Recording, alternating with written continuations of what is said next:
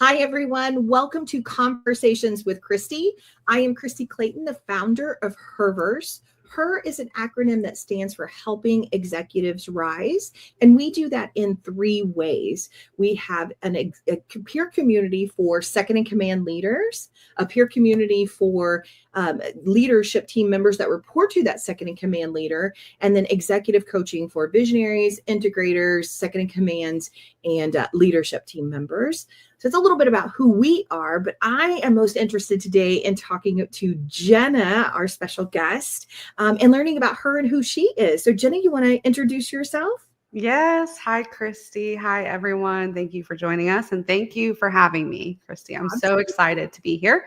So I am Jenna Spencer. Hello. I am founder and visionary at AssistPro, and we are a virtual executive assistant agency.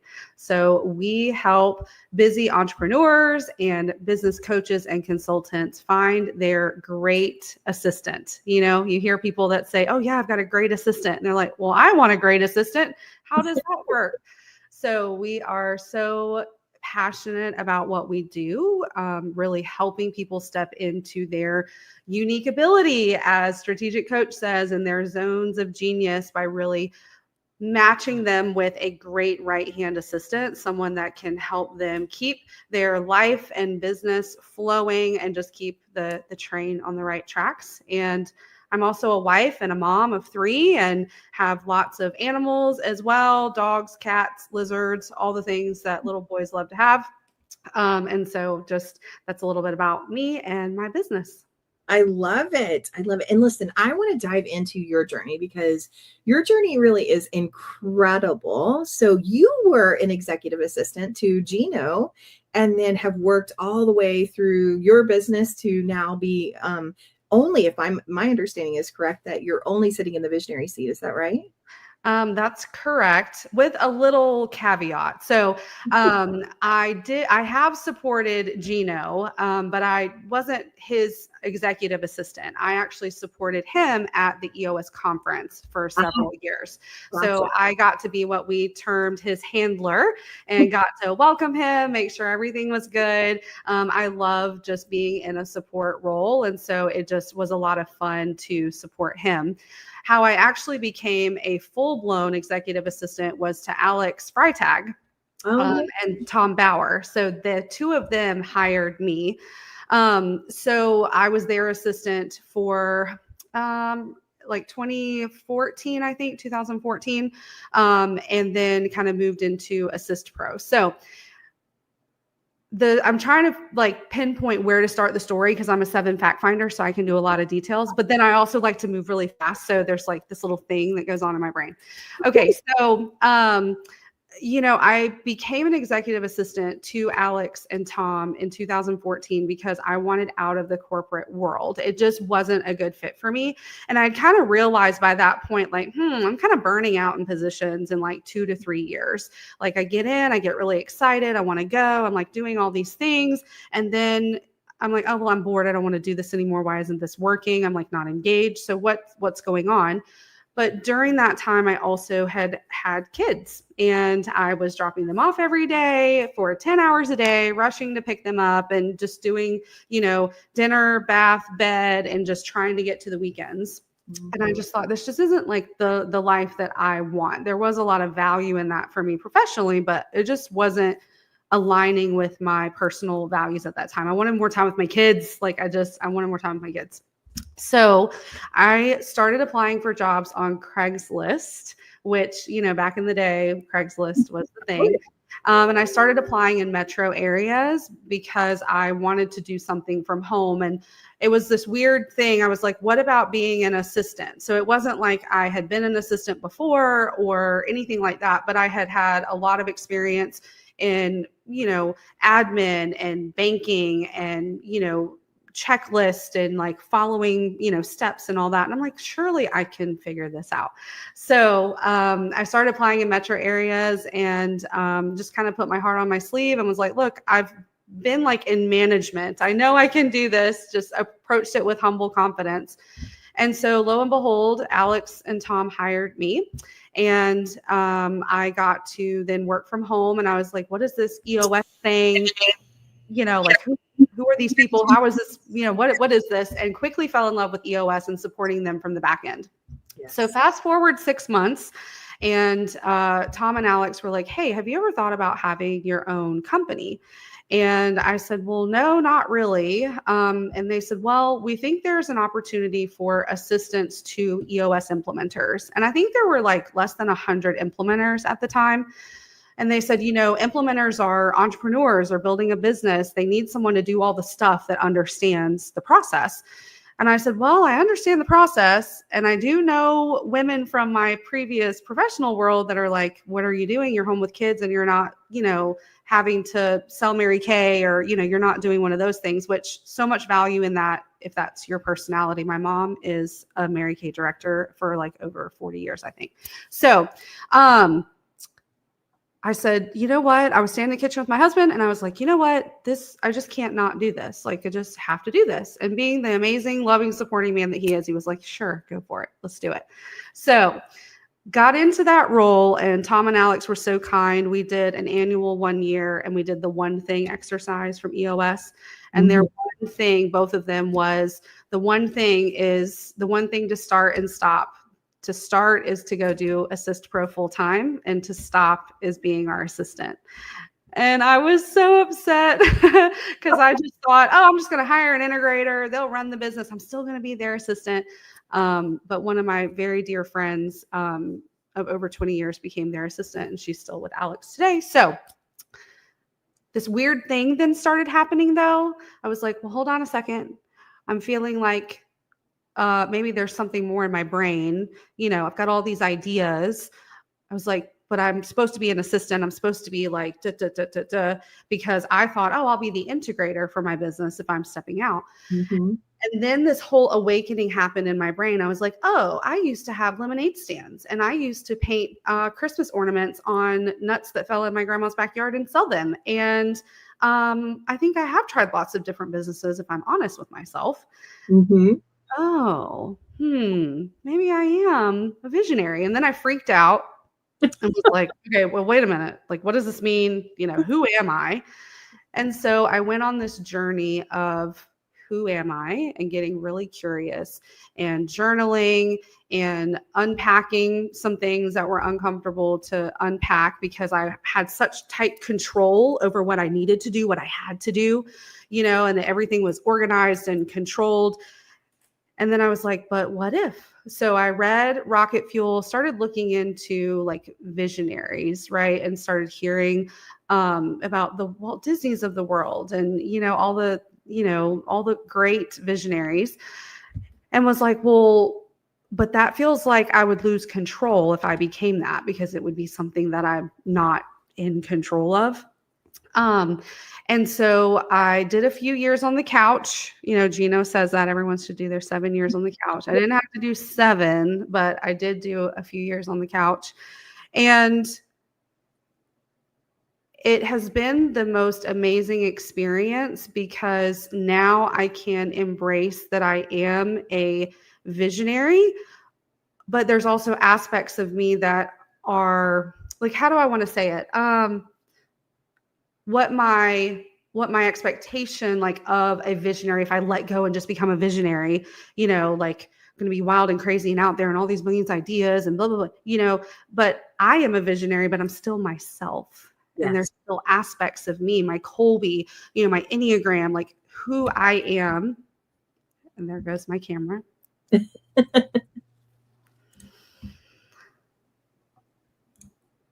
While you're getting your camera fixed, I'm going to jump in here for just a second, because I am so aligned with what you're saying, that there is this description of these wild and crazy visionaries who are, out of control. They have all these ideas all the time, and like they cause chaos and and I will tell you, Jenna, I think that's why I personally, pushed back and was like, I am not a visionary for years and years and years, because I was like, I don't fit this description, right? I'm not a visionary that goes off and just, has 1,000 ideas and wants to implement every single one of them, right? I'm calculated. I think about it.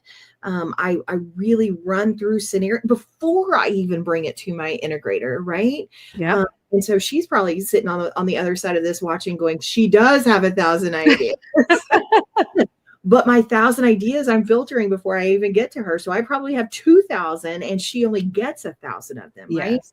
So I love that you bring that up, because I think that there are others that I've heard that were sitting in the integrator seat, but they hesitated so much to move into the visionary because they didn't fit the stereotypes of a visionary. And I want to change that perspective that all kinds of visionaries, right? And some of us are very disciplined and very well, like we think through all of the things before we even bring an idea to the table. And then there are others of us that they need to have those wild and crazy ideas and that thought partner to just blurt them out to. So you don't have to be a certain type of visionary. Throw that idea out the window. So true. Oh, I love that so much, because every human is different. And the more that I believe, the more we can learn about ourselves and lean into what makes ourselves unique, as long as those underlying components of what it means to be a visionary are there, it looks so many different ways. But I thought, well, if I don't check every single box the way that I imagined it, then it must not be true, or that's going to be crazy. I don't think I want to do that. So it actually has been really great to learn more about myself and to get into this space of being true to me, because I also, now when I look at other things like about visionaries or learning, it actually gives me confidence that I am doing the right thing. And so every time I've leaned into something that's uncomfortable, I'm like, oh, this feels a little scary, then it's like, oh, it actually is a confidence booster, which is a very interesting experience. Yeah, no, I can absolutely agree with what you're saying, because the more I just learn, the more I lean in. First of all, the more natural it just becomes, right? Because I don't know about you, but I do tend to revert back to my integrator brain every now and then and just want to jump into all of that. But now, like really truly, flexing this muscle and really trying to craft it. You do gain the confidence. And listen, I think all of us can think back about a role that we had before. For me, it is that integrator role. It took me time to learn it too, right? Now, I had a lot of natural skill sets that led me into being able to handle the role, but honing it and perfecting it took years and years and years, and new experiences and new, just situations that happened. So it's the same thing moving into the visionary role. It's learning new things. It's learning new ways of doing things, and making sure that we're tapping into. I know for me personally, it's a reminder to myself of, wait a minute, are you using your integrator brain or are you using your visionary brain right now?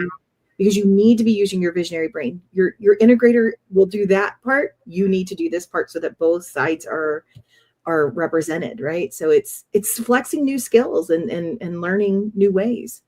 Yeah, I love that. Two things that come to mind with that.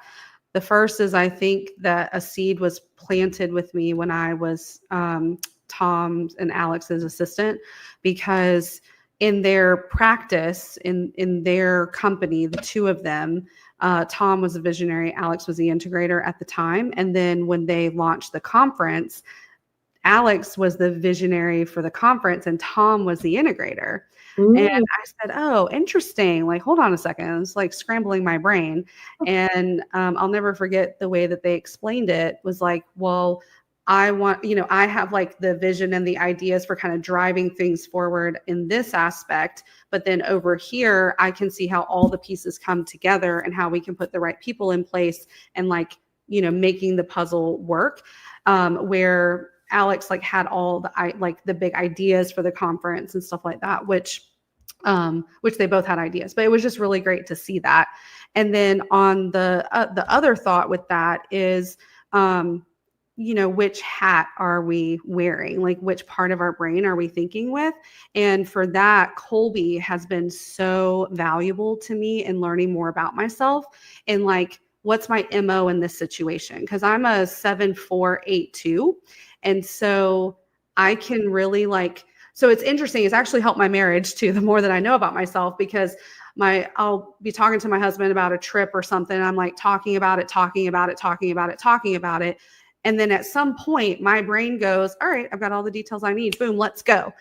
And for a long time in our marriage, he'd be like, well, hold on a second. We were just like talking about this. And now you're ready to like, leave next week for this trip. And I'm like, yeah, And so now it's like understanding how I operate. And so the more knowledge I have about myself, the more confidence it builds. Cause I'm like, all right, I'm in fact finding mode. I don't have enough details to want to move.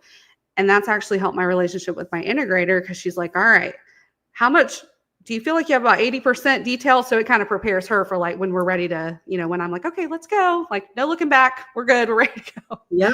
So, anyway, those were the two things that came to mind for that. So I love that because I do agree. Kolbe and Working Genius have been game changers for me. And I'm a 6771 Kolbe. Okay. So oh, wow. I know, right? Cool.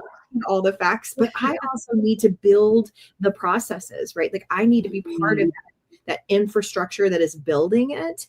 And so again, where you're saying like, my integrator now knows and understands, like, if you leave me out of all those things, then you're causing me stress. Right. Yeah. And so just including me and I don't necessarily have to be the one that is in there physically building it. Like I can let go of that a little bit, but I do like being part of the process of like the brainstorming and thinking through all the things that we need, to build this process. Start whatever it is that we're doing, but also my quick start, like I'm ready to let's go, like let's do it, right? So I constantly have a sense of urgency. That's awesome. What a cool superpower you have of like being able to, with the sevens in the middle, like what a cool superpower to be able to see how the structure would work the best, like how it needs to be designed, but how it can also go fast. And so my 4 in follow through, I've learned about myself, hey, show me what you've created that'll work, and I'll show you how to streamline it and how we can make it better. I can add to it, but don't ask me to write it out or show you what the structure is. But it's so cool. It's like, just do half of it and I can, or do 80% of it, just something simple. And then I'll be able to see it and work with it. And, so it's so cool because it's like, no one is youer than you. Like going back to Dr. Seuss. And so the more that you lean into yourself and understand yourself, that's actually the confidence booster you need to be the type of visionary that you want to be anything you want to be: mom, wife, sister, awesome friend, human. Exactly. No, and I'm so glad you said that too, because I think that this happens to us quite a lot, right? Where it is like, hey, here's the stereotype of what this is. And very similar to you, I either have to check mark all of the stereotypes or all of the criteria to be that type of person, or I don't qualify. I'm not that. Right? I did the same thing you did. Or it is, I'm not this because I don't fit this mold. Well, yes, you are. You're just different. And that's not just visionary or integrator or anything else. I mean, it is just truly like friend. Oh, yeah. If I don't do all of these things as a mom, then I'm not a good mom, or I'm not a successful mom. And you know what, friends, I truly believe this. I really, really do, that you get to choose that.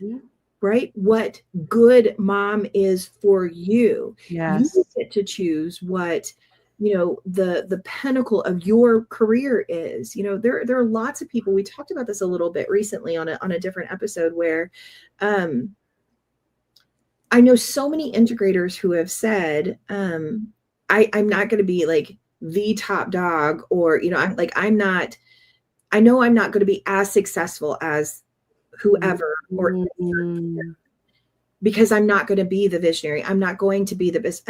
Wait a minute. If you are like, your skill set and your passion is being the integrator, then friend, own that. That is the pinnacle for you, right? That is the top of the mountain. And you don't have to find or search for anything else. If being an executive assistant is like the thing for you, and that is really, truly what you want to do, then just be the absolute best at that you can be, right? You don't Amen. have to step into other roles, other positions to be more successful. Amen. Amen. On the personal side of life, well, on the business side, when I started AssistPro, I was in a meeting with these two advisors. I was soaking up like any type of free advisement I could get. And I remember these two guys sitting on a Zoom with me, and they said, "What's your vision for AssistPro?" And I said, "I want it to be a $10 million business." And they said, "Really? You've got kids and everything?" And I said, "Well, yeah." And they were like, well, a $10 million company comes with $10 million problems. And I thought, who are these guys saying this to me? Like, oh my gosh, And I'm like, yeah, of course, like whatever. I mean, $10 million, like I won't have any problems. Once you get into building your business, you realize that it really is a journey, and you have to be in love with the journey. And one of the harshest things that I realized was that I actually don't want that hyper growth, because I am a mom, and because I need balance, because I know that every season I get with my kids until they become adults, I will never get it back. Yeah. I can always work more. I can always do more. I have the whole rest of my life to live, but I know I would regret it if I looked back and I was so busy working, I was missing out on important things in their life. And then what that did in turn was it caused me to look into my relationship with my husband. And I said, this is so different. Like, we just got so curious about it. And I was like, do you want to be the minivan mom for a few years? Because like AssistPro is going really well. And we both want availability for our kids. So how can we create balance for ourselves? And he said, yeah. He bought a minivan. He drove a He was carpool mom. He was carpool dad. He was in the group chat with all the parents. I mean, cooking meals, holding it down while I was traveling. And that is one of the most valuable things to me, because we could have said, well, no, I need to do all the mom things. Like, I could have kept that mentality of like, well, I can do this and do the mom thing, and totally burnt myself out. But we decided to do it together and created a normal for us. And it worked so beautifully for us. And I'm forever grateful for him and for that experience. So I love that. Because I know a couple of dads that have done that. They've been the one that stepped away from work. And of course, traditionally, as women, we have been the one that does that. Mm-hmm. Really coming together and making that decision together of, hey, who wants to do this versus who wants to continue, like whatever that looks like, throwing, the societal norms out the window sometimes is the best decision that you can make, and just make the best decision for you as an individual and your family. Yeah. Yeah. And I always love that, because I'm like, do you want to go to work? Does this like, how do you feel about this? And he's like, no, I'm good. I know that you wouldn't be able to do what you do without me. And so just to see like the amount of masculinity that actually takes to be able to do that is just so incredible. And what a gift that I was given in that. But we just joke about that, because he just got a truck last year because the kids are older. And I'm like, I still don't see you in your truck in traffic because I'm looking for the minivan. So, I love that. Yeah. Oh, that is so fun. Oh, Jenna, I knew this was going to be a fun conversation. I had no idea like we would end up where we did, but wow, what an amazing just message to people, that you can really truly succeed no matter what role you're passionate about. Just be passionate about it and lean into it. And then you can pull these skills, into your personal life as well, and really truly hone in on, what do you want? What does your family want? And being okay with, it not being the norm. Yeah. You can be, it's norm for you. And that's right. Fantastic. That's right. I love it. Well, friends, I end all episodes with 3 rapid fire questions. Yes. So here we go. If you know me and you know me well, honor, empower, inspire means a lot to me. So honor is honoring a woman of a past generation that had an impact on you. Who would you like to recognize? I would like to recognize my grandmother. Aww. So she was always so stable, and a Coke and a homemade pizza could cure anything, baby, is what she would always say to me. And she cared for me and provided so much emotional warmth for me. And, she also taught me to be yourself and to be in your feminine side, but you can also go run with the boys, honey. Go do it. So I'd really like to honor her. I love, love, love that. That's amazing. What about empower? So empower for me is really truly thinking of a woman of today's generation that is in business or leadership today that either you hope to empower or that empowers you. Who do you want to recognize there? Yeah, I have a good friend here locally. Her name is Camber Parker, and she actually owns a company called Yo Pro No. They're going to be doing a rebrand soon. I'm very excited for her, but she started her business really collecting data on young professionals in the workforce and really how do we embrace those people, how do we embrace the new generation? But her business has really evolved to helping companies embrace the multi-generational workforce that we have and meeting people where they're at and just embracing communication. And I am so incredibly proud of her. So I do a little bit of mentorship with her and work with her and her team. And just, I love her so much. And so I always think about her. I want to text her and just really empower her to grow her business. She has so many amazing ideas. She's doing big things. I'm so proud of her. Oh, I love that. What an amazing story. We'll have to chat offline more about that. Yes, we will. Awesome. And what about inspire? So inspire really truly for me means who's a future generation that you hope to inspire? Yeah, my heart speaks to the young men and women of the world. I have teenagers and helping them navigate the world of social media and comparison and really learning who you are as an individual without all the noise. So I spend a lot of time with my kids, with their friends, and that is who I really want to breathe life into, because I think they have it really hard trying to become themselves in a world that's full of instant gratification and so much comparison noise. And so helping them emotionally regulate and grow and become the amazing people that they can become. I just think so many young people need more adults to listen to them and to hear them and to relate to them versus just having high expectations. I love that. That's beautiful. Thanks. Well, I just want to thank you, Jenna. This was such a fun conversation, as I knew it would be. Thank you for having me. So fun. Oh my gosh. Absolutely. So glad you were here. We'll see you all again next week. Thank you and have a wonderful one.